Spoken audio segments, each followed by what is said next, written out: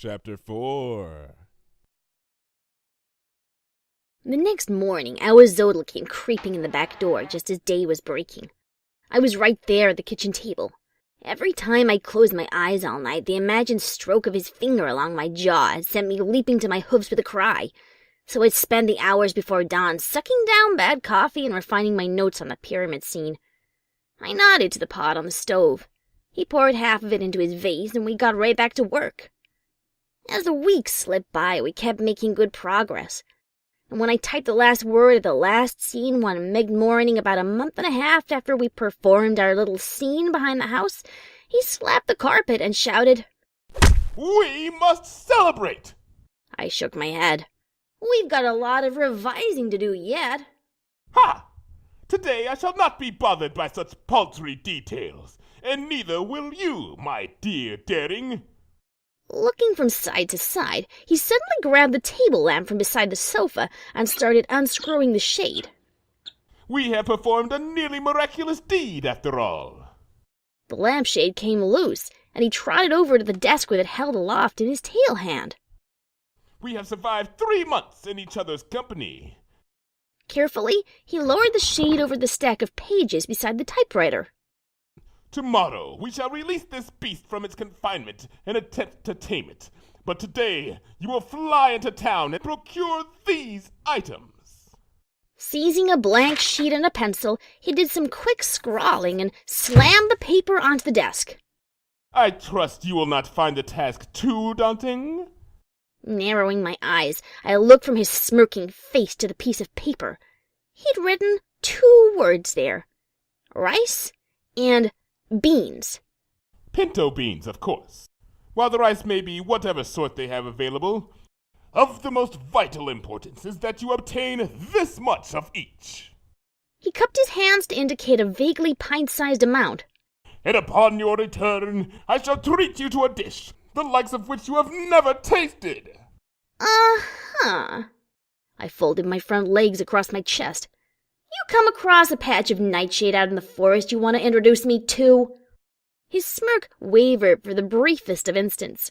If I hadn't gotten so used to that long, weird face of his, I doubt I would have noticed, but had he looked hurt? Like I said, though, his smirk was back almost immediately. In my part of the world, we call that brand of nightshade a tomato. I assume you've heard of it, considering you have a veritable garden of it and other such edible vegetation growing wild within the nearby woods. I stood from the desk and made a show of stretching. You know, after 3 months of wild grass and iced tea, I'll be happy to let you cook something. As long as we're both eating from the same pot. Humph! You should feel fortunate that I'm allowing you a share of my arroz con frijoles. He started into the kitchen, his tail hand shooing me away. Now be off with you, and let me create my salsa.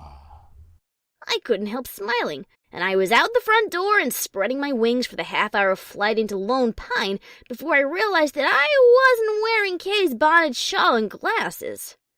The thought froze me in place for a second, and then I scrambled back into the house. I almost even ran upstairs to slip my safari jacket and pith helmet on underneath the shawl and bonnet. I'd had both ensembles specially made to fit together that way, but I stopped at my desk, my mouth open and reaching for the glasses. What was it Ahuizotl had said a minute ago? That we'd just survived 3 months together? And the thing was, it hadn't been Daring Do who'd done that. And it hadn't been A.K. Yearling either. Yes, I'd called upon the skills I'd learned as both of them, but for the most part, it had just been me. So, did I need to go all A.K. Yearling just to fly into town and visit Vendor's grocery store? The reaction in my gut was immediate. I mean, I was going out. Of course I needed to put on my disguise. Look what had happened when I bit myself with Ahuizotl. He'd nearly killed me. Except it had been Daring Do he wanted to kill, hadn't it? Me, he'd just spent a quarter of a year writing a book with. Shaking my head, I bit down on my glasses, flipped them into place, and flapped out the door. The flight there and back passed uneventfully. the packages of rice and pinto beans balancing nicely in the pockets on either side of my shawl. Any other time, I would have welcomed the calm, but with nothing else to focus on, my mind kept going places I didn't want it to go. That little house on the outskirts of Philadelphia, so tidy outside but festering inside. Big, brooding dad and cutting as a whip mom. The fights escalating slowly over a decade as quiet little Cricket learned the bargaining and survival skills she needed to avoid the traps the two set for each other. Then came that final night. The cursing, the smashing furniture, the shattering glass, the fire roaring through the house, from an end table bucked into the mantelpiece to scatter kindling all over the living room floor. Cricket only making it out by becoming her imaginary friend daring do. Her life dissolving into running after that, hiding and lying. Kay springing into being around her whenever she needed to smile and talk and deal with adults, both well-meaning and possibly not so well-meaning. With those two as my shields. As her shields. Crushing every thought in my head, I forced my attention to skim over the forest below in the hopes of finding a stray timber wolf or crocodile I could fight. The stupid things never show up when you need them, though, and I arrived home just about an hour after I'd left. Pushing my way through the front door, I opened my senses to detect any trap Ahuizotl might have set up while I was gone, and stepped into a cloud of absolute ambrosia, the sense of chilies and spices wrapping around me as warm and perfect as blankets on a cold winter night. I more drifted than flew back into the kitchen, the aromas beckoning me onward like the glinting of gold at the end of some shadowy corridor. Floating through the doorway, I had to gawk at the sight. My big carving knife flashing in Ahuizotl's right hand, his tail hand darting my cheese grater in, out, up, and down. Buckets and pans of herbs and vegetables spread across every inch of the counter. His left hand grabbing tomatoes, garlic cloves, peppers, leaves, and twigs and tubers I didn't recognize and flinging them into the path of the knife and the grater. I breathed in, breathed out, and breathed in again. "Incredible," I said, my eyes curling closed to focus more of my brain on my sense of smell. Of course. Now your attention, please, Daring Do, for you have two duties that you must perform, lest this entire endeavor collapse into ash and ruin. I snapped my eyes open to see him gesturing to two of my saucepans bubbling away on top of the stove. The rice goes into the pot on the left, the beans into the pot on the right. And while the beans must boil uncovered for an hour, the rice must be covered, and the heat below it must be turned down to the nearest trickle. And the pot must be allowed to simmer for no more than 40 minutes. Smiling, I shook my hat and glasses off onto the kitchen table and moved to the stove. I never knew cooking was so dramatic. Life is drama, or it is nothing. The shunk of his knife didn't even slow down, and his chuckle stroked my ears as I pulled the two packages from my shawl. I have a feeling you might disagree with me on that statement, however. I shrugged, tore the beanbag open with my teeth, and dumped the things into the water boiling on the pot on the right. Drama's got its place. Leaping free from the jaws of death at the last minute, and like that.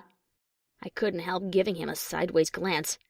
I imagine your minions must be getting bored after 3 months without you injecting your particular brand of drama into their lives.